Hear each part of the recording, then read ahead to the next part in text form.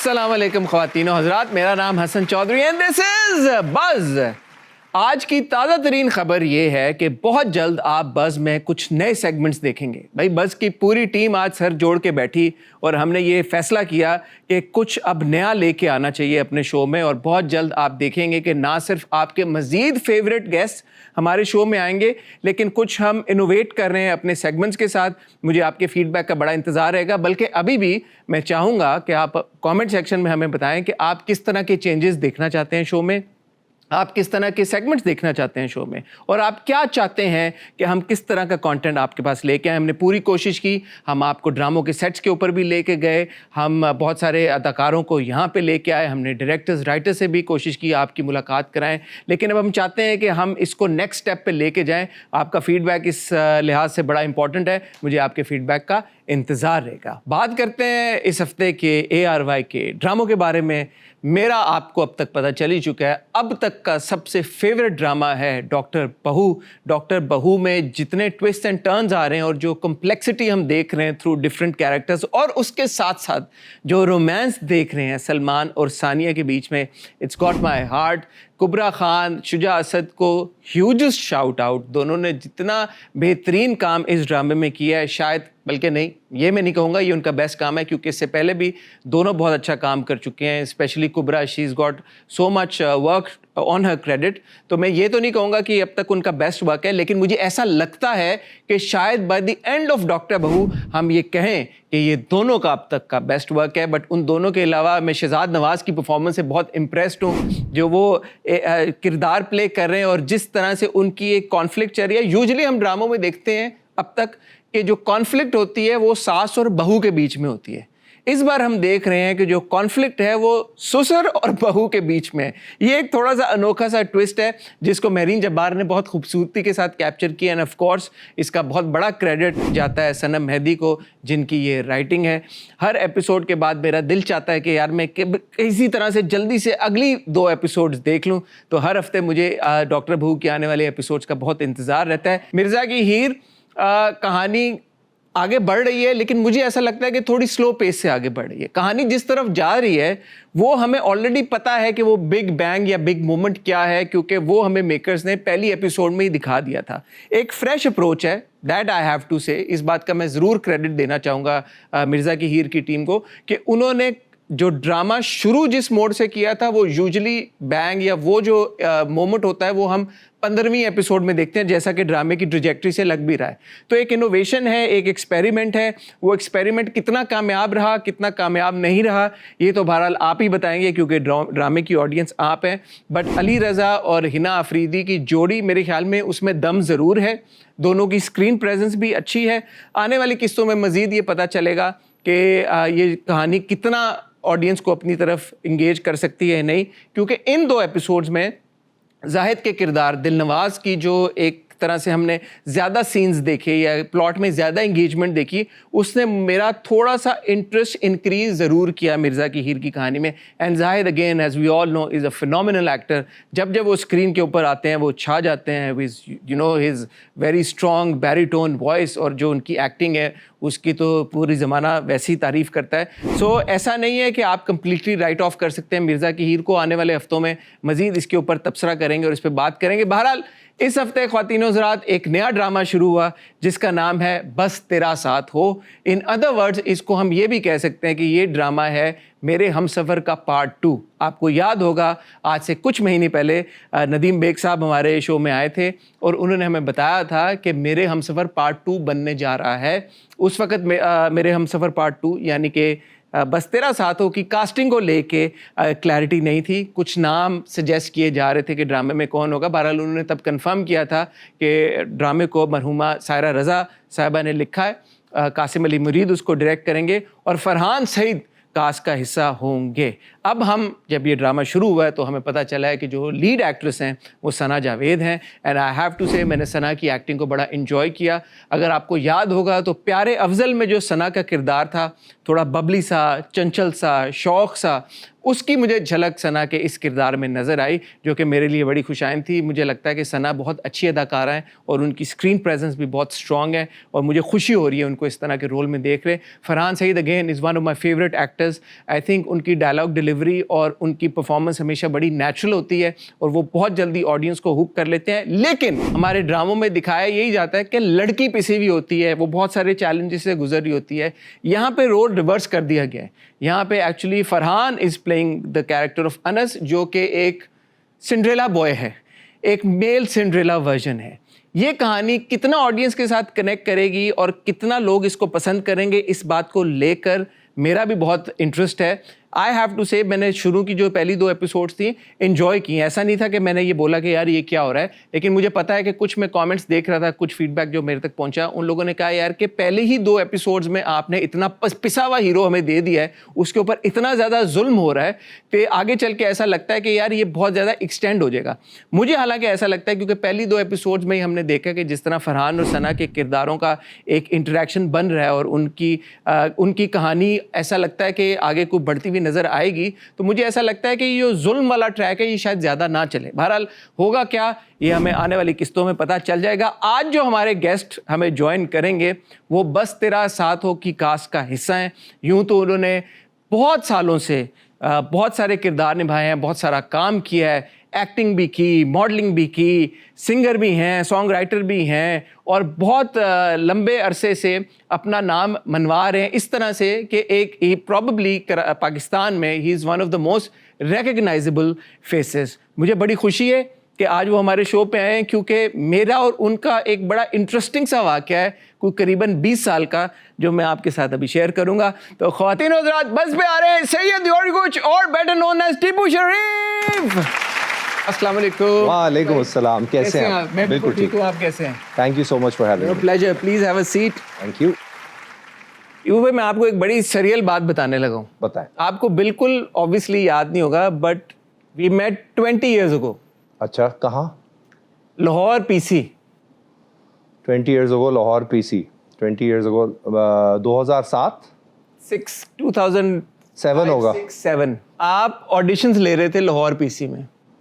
मैं बिल्कुल ले रहा था, स्टूडेंट्स के ऑडिशंस ले रहा Students के आप था। auditions- एक शो करता था मैं नहीं मानता, उसके लिए डिबेटर्स ढूंढ रहे थे। आप मुझे पता चला कि ऑडिशंस हो रहे हैं and they were about I think 500-600 people there। बिल्कुल थे। My cousin and I we got there and बड़ा लंबा लाइन और वो फॉर्म वॉर्म फिल और सब कुछ करके, और उसका मुझे स्क्रिप्ट का कुछ याद है, कोई गुलाब से लेके कोई लाइन थी ऐसी कोई मज़ेदार किस्म की।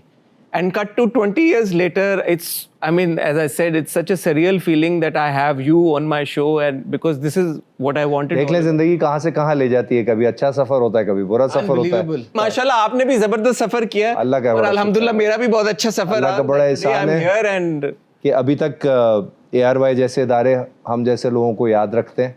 मैं बड़ा शुक्रगुजार हूँ अल्हम्दुलिल्लाह। 2005 onwards you became part of this industry। मैं 99 से आपने मॉडलिंग वगैरह। That is correct. That is absolutely correct. 99 में मैंने मॉडलिंग शुरू की, 2004 में मैंने फिडल अराउंड करना शुरू किया एक्टिंग से, साथ में जॉब भी करता था, और 2005 से बिल्कुल मैंने एक्टिंग शुरू की। आपकी रिसर्च बिल्कुल करेक्ट। और मैं तो हमेशा जो भी आता है उससे पूछता हूँ यार कि आप इस फील्ड में कैसे आ गए, और आपसे तो ज़्यादा पूछना इसलिए भी बनता है कि you are an MBA from IBA and you got into acting और होस्टिंग और द एंटरटेनमेंट इंडस्ट्री। हसन मेरी बिकॉज आई नो कि आपको म्यूजिक का भी शौक था, हाँ। एक्टिंग भी आपने की, लेकिन होस्टिंग भी म्यूजिक के शौक ने बैक सीट ले ली थी, अब म्यूजिक का शौक भी साथ चल रहा होता है। What pushed me exactly was that I value time over money.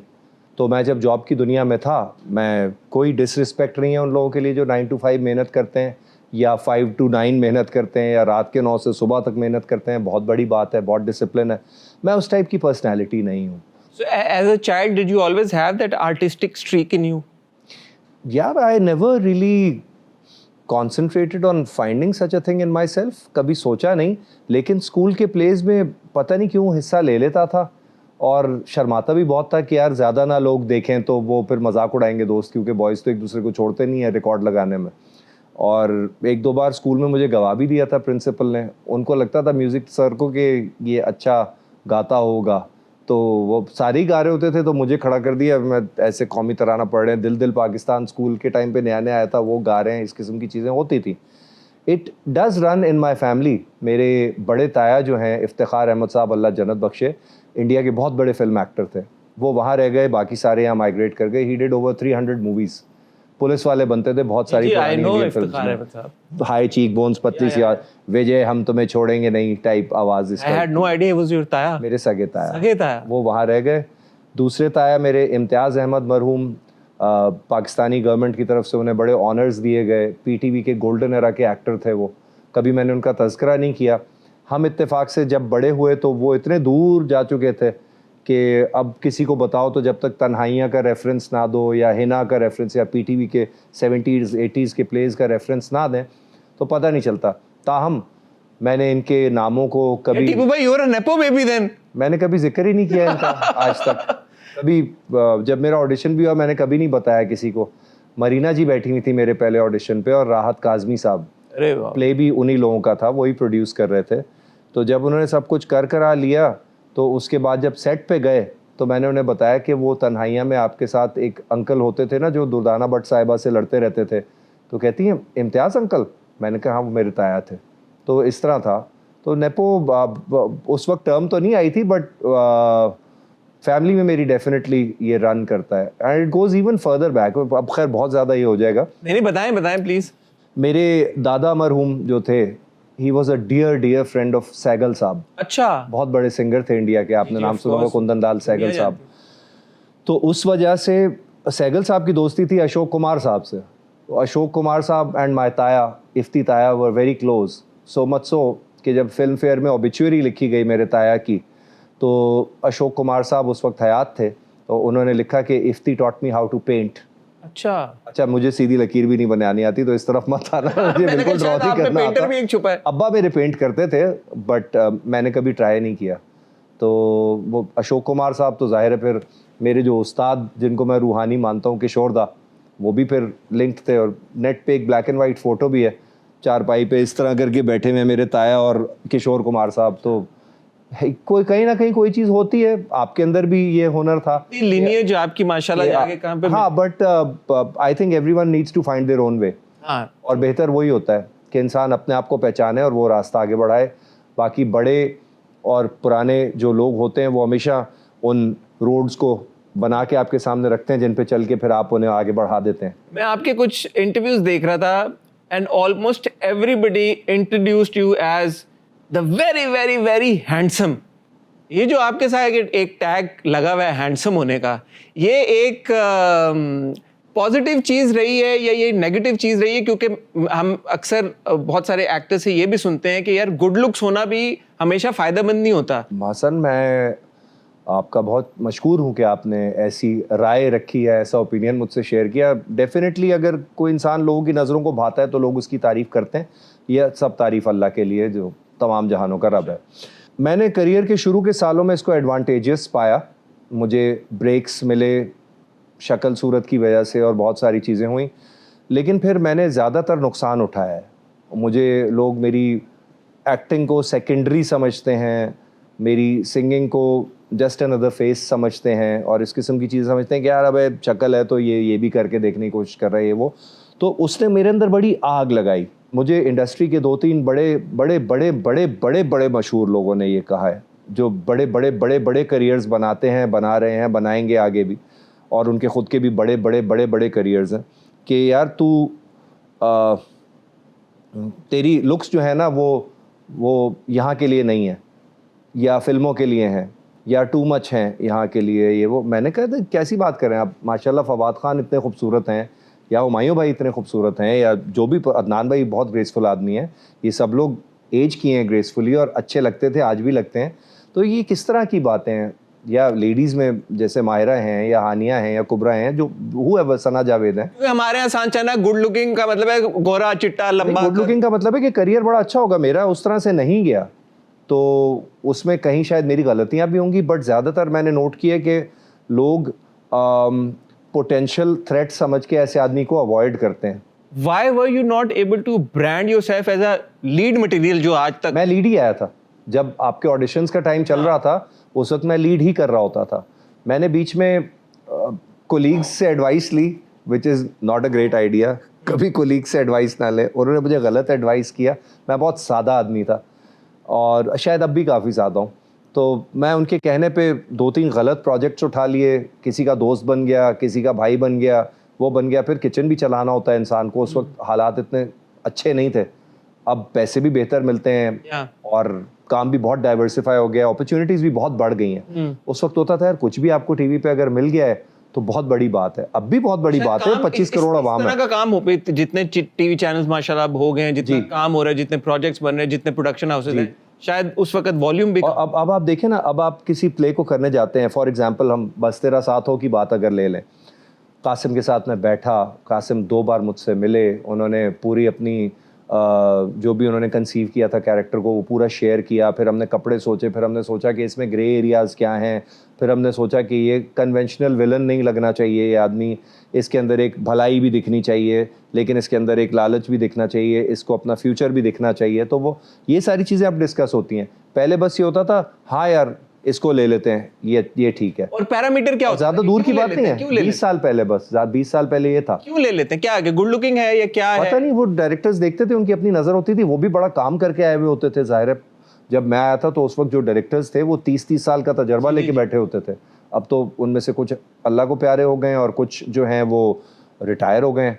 Ali Rizvi मरहूम पीटीवी के होते थे, तारिक मेराज साहब थे, इस तरह के लोग थे जो बड़े लोगों को ब्रेक दिए, जो बहुत बड़े बड़े एक्टर्स जो अब एनालाइज कर रहे हैं ड्रामों को, वो उस वक्त डायरेक्ट भी करते थे चीज़ों को।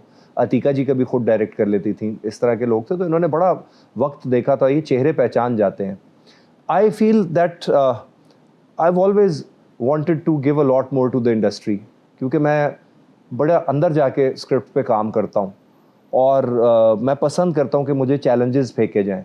मैं हर काम को एज अ प्रोजेक्ट देखता हूँ और प्रोजेक्ट टू प्रोजेक्ट जाता हूँ। मुझे मेरे एम्स एंड ऑब्जेक्टिव्स अब जो है ना वो एक बेहतर इंसान बनने और अपनी बेस्ट देने पे आ गए हैं। बस तेरा साथ हो में हम एक पैरेलल इस तरह से मैं ड्रॉ उसका कर रहा हूँ, क्योंकि जो हम फरहान का कैरेक्टर देख रहे हैं, difficult situation, parents not around, living with a family, और वो बहुत ही एक डिफिकल्ट फेज से गुजर रहा है किरदार।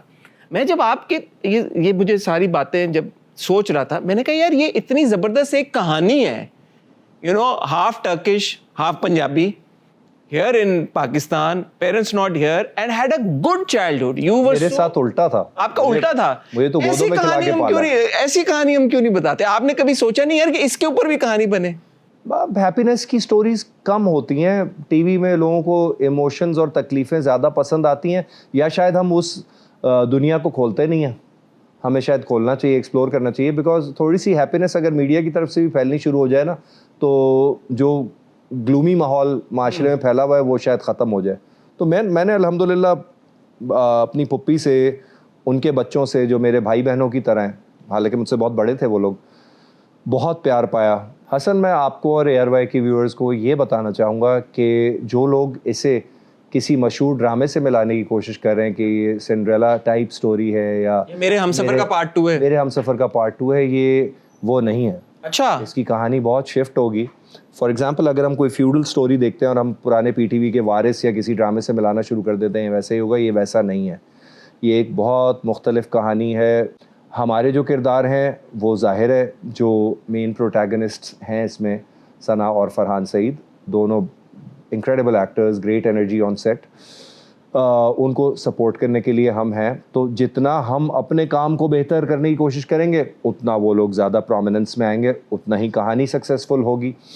यकीनन ये एक बहुत मुख्तलिफ ड्रामा है and this is coming from someone who has now completed his 143rd serial. ओए होए माशाल्लाह, 143, 143वां सीरियल। मैंने लिस्ट बनाई, इमरान यहाँ बैठे हैं मेरे असिस्टेंट, तो मैंने सोचा यार उस साल में कौन सा था, इस साल में कौन सा था, 2-3 शायद मैं भूल गया हूँगा, हो जाता है, बट जोड़ जुड़ा के किसी में बड़ा रोल, किसी में छोटा रोल, किसी में मेन रोल, किसी में क्रीम रोल, सब कुछ थे, मगर टोटल मिला के 143 हो गए और इस साल के एंड तक ये 145, 46, 47 शायद पार कर जाए माशाल्लाह, क्योंकि कुछ चीजें ऑन सेट हैं। माशाल्लाह, बस तेरा साथ हो बाय द वे अभी भी शूट हो रहा है। अच्छा, we still looking at the feedback और हो सकता है उसके हिसाब से वो कहानी Mold कर लें उस रद्दो बदल करें। ये तो जो प्रोडक्शन टीम्स हैं और अच्छा। डायरेक्टोरियल टीम्स हैं वही बेहतर जाने।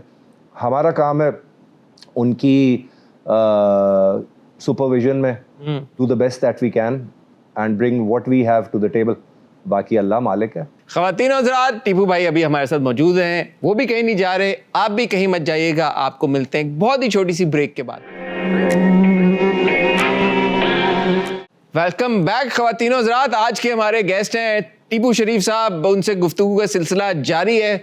जी टीपू भाई, आपकी उर्दू बड़ी साफ़ है, और ये तो आजकल के ड्रामों में स्पेशली अब जो नई जनरेशन, यंगर जनरेशन आ रही है, उनका तो खे और बहुत बहुत प्रॉब्लम है। यू बीइंग हाफ टर्किश, ये मुझे बताएं, क्योंकि ज़्यादा टाइम आपका यहीं पे गुजरा, आपने किताबें ज़्यादा पढ़ी, खबरनामा बहुत सुना, अखबार बहुत पढ़ा, कि आपकी उर्दू इतनी साफ़ क्यों, आपका तलफ़्फ़ुज़ इतना अच्छा कैसे है? घर में पढ़े लिखे लोग थे। जो मेरे उस्ताद थे, अल्लाह जन्नत बख्शे, मेरे फुप्पा थे, वो उन्होंने मुझे पढ़ाया। उनके घर में अच्छी उर्दू बोली जाती थी मेरी फुप्पी के यहाँ। वो लोग थे जलंधर से, लेकिन वो सेटल थे यूपी में माइग्रेशन के टाइम पे। तो यूपी में बहुत अच्छी उर्दू बोली जाती है, लखनऊ, कानपुर वगैरह ये सारे। तो मेरा ख्याल है वहाँ से उन्होंने पिकअप की होगी, क्योंकि वो लोग इंग्लिश, उर्दू, पंजाबी तीनों बहुत अच्छी बोलते हैं। मेरी पंजाबी थोड़ी वीक है बिकॉज़ यहाँ पे प्रैक्टिस ही नहीं हो पाती। उर्दू अच्छी है, अंग्रेज़ी उससे ज़्यादा अच्छी है मगर वो यहाँ पे कोई टर्किश ठीक है। मैंने खुद पढ़ी है बिकॉज़ आपने रिसर्च की हुई, आपको पता है मैं अपनी अम्मा के साथ रहा नहीं था, तो उनसे मैं बड़े होने के बाद मिला। तो मैंने ऐप्स के ज़रिए और इन चीज़ों के ज़रिए टर्किश खुद सीखी है। उर्दू या कोई भी लैंग्वेज एक ऐसी चीज़ है जो एक थोड़ा थोड़ा रोज़ का एफर्ट मांगती है। अगर आप उस पर काम करेंगे। उर्दू में बहुत इन्फ्लुएंस टर्किश का तो वैसे टर्किश का बिल्कुल है। टर्किश के कई अल्फाज हैं।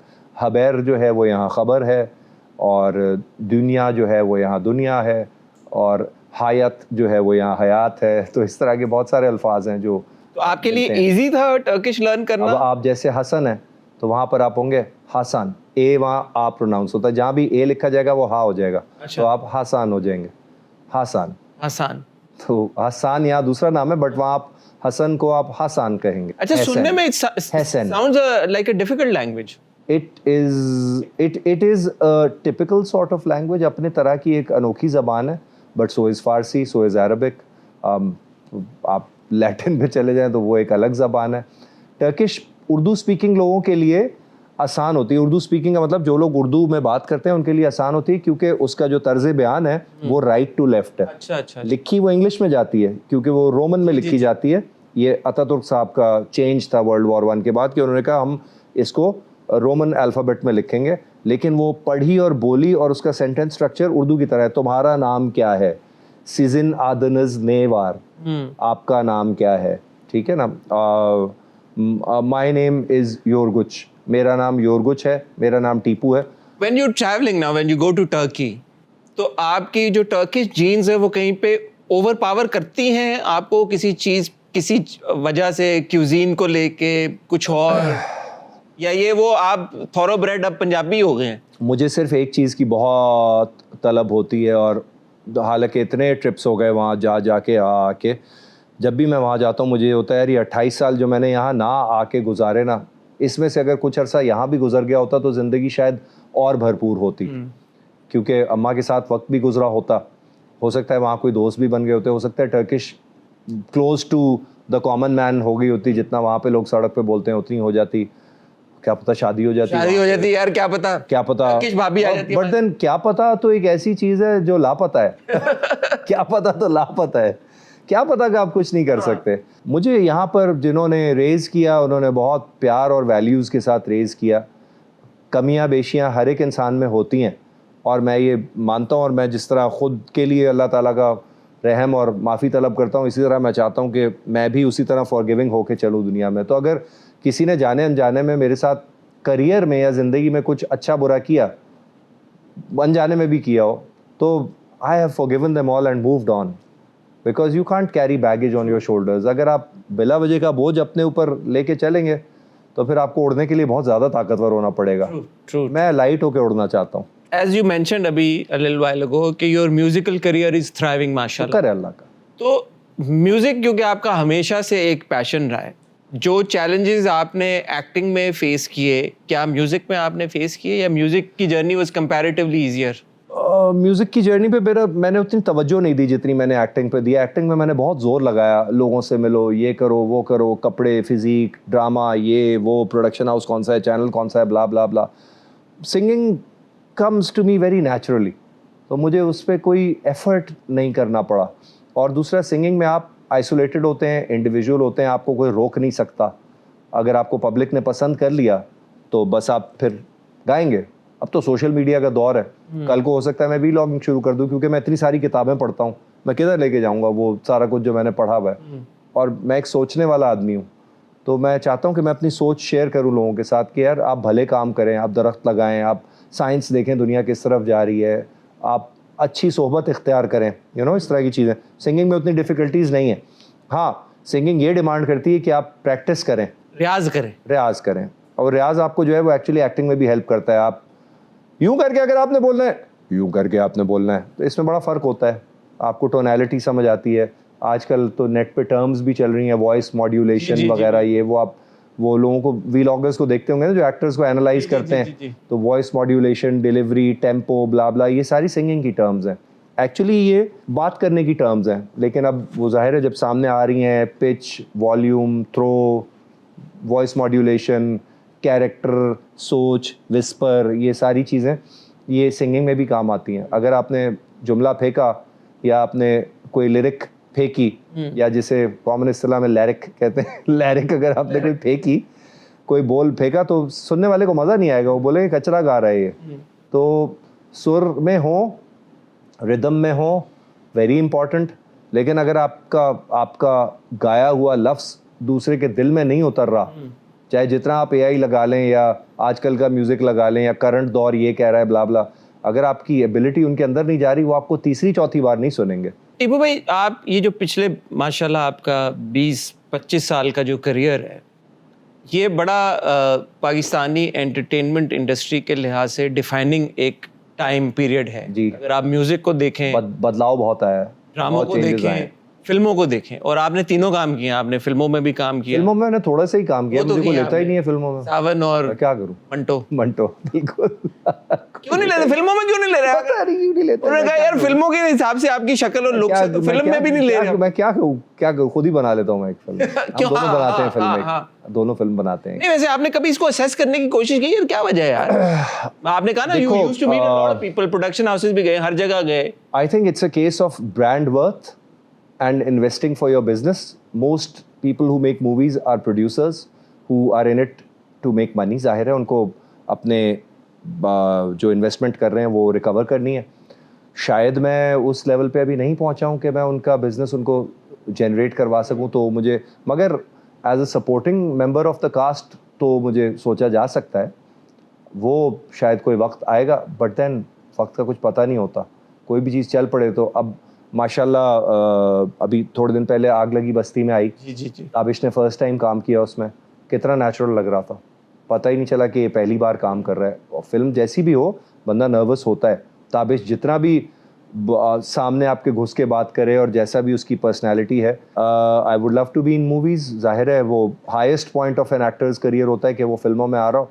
सबसे पहले मैं ये दुआ करूँगा और ये मेरी ख्वाहिश है कि पाकिस्तान में साल की 25-30 फिल्में बन रही हों, ताकि जो लोग फिल्में बना रहे हैं उनके भी जहनों में और दिलों में इतनी गुंजाइश हो कि चलो यार इस वाली में थोड़ा नुकसान हो गया था, तो चलो इस वाली में चांस लेके देखते हैं। टीपू भाई, आपने तो ये बड़े क्लोजली ये जर्नी देखी है, टीवी की भी, म्यूजिक की भी। मैंने Hasan generations of heroines change होती हुई देखी हैं। देखा आपने और शायद पहले इतना ना होता हो, लेकिन ये टाइम इतना तेजी से गुजरा है कि इसमें मैं आपको 7 डिफरेंट एरा डिफाइनिंग हीरोइंस का बता सकता हूँ जो अपने टाइम पे इतनी बड़ी थी कि लोग सोच नहीं सकते थे कि इनके बगैर कोई ड्रामा बनेगा। एग्जैक्टली। फॉर एग्जाम्पल, जब मैं बिल्कुल नया आया था तो मानूर बलोच साहिबा थी, बट उस वक्त उनसे ज़्यादा खूबसूरत औरत कोई देखी नहीं गई थी। हमने तो सामने से उनको देखा हुआ। कहने वाले कहते हैं अभी भी उनसे खूबसूरत, मतलब कि क्या वो उनके थे। अच्छा, उन्होंने एक प्रोड्यूस किया ड्रामा, उसमें मुझे लिया भी था, जाने क्यों। पीटीवी के तो आप बेस्ट एक्टर भी, 14th PTV award best actor, ये वाकई में मिला ना आपको? मेरी रिसर्च गलत तो नहीं है? नहीं, मेरे घर में रखा हुआ है वो। ये है ना, मेरी तो कोई सिफारिश भी नहीं है, पता नहीं कहाँ से मिला। लेकिन मुझे ये नहीं पता चल सका कि आपको किस प्रोजेक्ट के लिए। आशना आशना गिल, दश्त अच्छा आशना, दश्त आशना गिल। अली रिजवी साहब का ड्रामा था और मैं तो उसमें बहुत ही मामूली था। उसमें महमूद अली साहब का, वो मरहूम अल्लाह जन्नत बख्शे, उनका लास्ट सीरियल था पीटीवी के गोल्डन एरा आर्टिस्ट। ये बड़े बड़े नाम जिनके थे, जिनको देख के हम लोग बड़े हुए। महमूद अली साहब का आखिरी सीरियल था, उसके बीच में वो बीमार हो गए और उसके बीच में ही उनका इंतकाल हुआ था, शूट ख़त्म हो गई थी। तलत हुसैन मरहूम अल्लाह जन्नत बख्शे, उनके तो नाम लेने पे भी मतलब और बेस्ट एक्टर का अवार्ड आपको मिला यार, ये कि तो हम ये क्या ही तारीफ कर, नहीं उनका कैरेक्टर उसका सपोर्ट में था ना, हाँ। तो मुझे लीड दिया हुआ था, वो सपोर्ट में थे, तो इसलिए वो उस कैटेगरी में नहीं आ सके। उनकी एक्टिंग तो कहाँ जहानों आगे तो होगी। मेरा सवाल यही था कि तो ये दो नाम थे, अवार्ड, ऐसे ऐसे लोग, तो ड्रामा तो देखा जाएगा। Award winning actor, as an award winning actor, आपकी असेसमेंट क्या है हमारी इंडस्ट्री की? टेलीविजन, फिल्म, म्यूजिक, हम डिटीरिएट किए हैं, हम बेहतरी की तरफ गए हैं? आगे फ्यूचर में आपको क्या लग रहा है कि हम मजीद बेहतरी की तरफ जा रहे हैं या हमारा कंटेंट नीचे जा रहा है? क्योंकि आपने तो बड़े क्लोजली इन सब चीज़ों से खुद ही गुजरे हैं। बल्कि अगर 70s, 80s, अर्ली 90s का कंटेंट वापस आ जाए, वो वाली राइटिंग एबिलिटी वापस आ जाए, और आजकल के दौर की टेक्निकल एबिलिटी और एनर्जी उसके साथ जोड़ ली जाए, तो हम बहुत बड़े ड्रामे बनाएंगे। मतलब हो सकता है कि हम हर ड्रामे पे ये बिलियंस ऑफ व्यूज़ और ये सारी चीज़ें क्रॉस कर रहे हों। उनके पास कहानियाँ बहुत अच्छी होती थी और वो उस पर काम बहुत करते थे। एक टेक्निकल साइड होती है, एक आर्टिस्टिक साइड होती है। उस वक्त आर्टिस्टिक साइड ज़्यादा स्ट्रांग थी, अब आर्टिस्टिक साइड जो है ना वो बहुत जल्दी में है। टेक्निकल साइड अब ज़्यादा स्ट्रांग है, बेहतर हो गई है, बहुत बेहतर हो गई। कलर्स बहुत बेहतर हो गए हैं, लाइटिंग बहुत बेहतर हो गई है, डीओपीज बहुत बेहतर हो गए स्केल हैं, वो लेंसेज बहुत बेहतर हो गए हैं, स्केल बहुत बड़ा हो गया है। आपके घर, आपकी जो शॉट्स होते हैं, जो उनकी डेप्थ हैं, जो गाड़ियाँ उस वक्त भी बड़ी अच्छी थी यार, मर्सिडीज वगैरह उस वक्त भी वो दिखा देते थे। हाँ हाँ, वो उस वक्त लोग तोहफे में ही दे देते थे कि दिखा दो हमारी गाड़ी ड्रामे में, क्योंकि पीटीवी का ड्रामा हर जगह नजर आता था, वो शो मारते थे, वो मेरा ड्रामा वेखे वो देख मेरी गाड़ी सी गड्डी सी तो वो ये करते थे ना लाहौर में, किसी की गाड़ी दिखा दी, किसी की जीप दिखा दी वगैरह। तो वो चीज़ें अगर इससे जुड़ जाएं और थोड़ा सा सब्र बढ़ जाए प्रोड्यूसर का, और थोड़े से पैसे बढ़ जाएं एक्टर और टेक्नीशियंस के, जो लोअर स्टाफ है, बिकॉज वो बहुत बुरे हाल से गुजरते हैं। मैं आपके प्रोग्राम के थ्रू ये मैसेज देना चाहूँगा, प्लीज़ खुदा के वास्ते जो लाइटमैन हैं, जो किचन के लोग हैं, जो स्पॉट बॉयज़ हैं, उनके पैसे बढ़ा दें, उनकी ज़िंदगियों को बेहतर कर दें। पढ़ने वाले राइटर्स और आ जाएं और वो थोड़ा सा और ख़ूबसूरती से कलमबंदी करें। तो आपको लगता है कि फ्यूचर में ये पॉसिबल होगा? मुझे कभी कभी लगता है कि बहुत एवरेज स्क्रिप्ट्स आ जाते हैं सामने कि बस ये आ गया। मुझे नहीं पसंद है बोलना कि अच्छा आप आ गए, अच्छा आप फ्रेश होके आए, मैं चाय बनाती हूँ। ये क्या है? ये कोई डायलॉग थोड़ी है।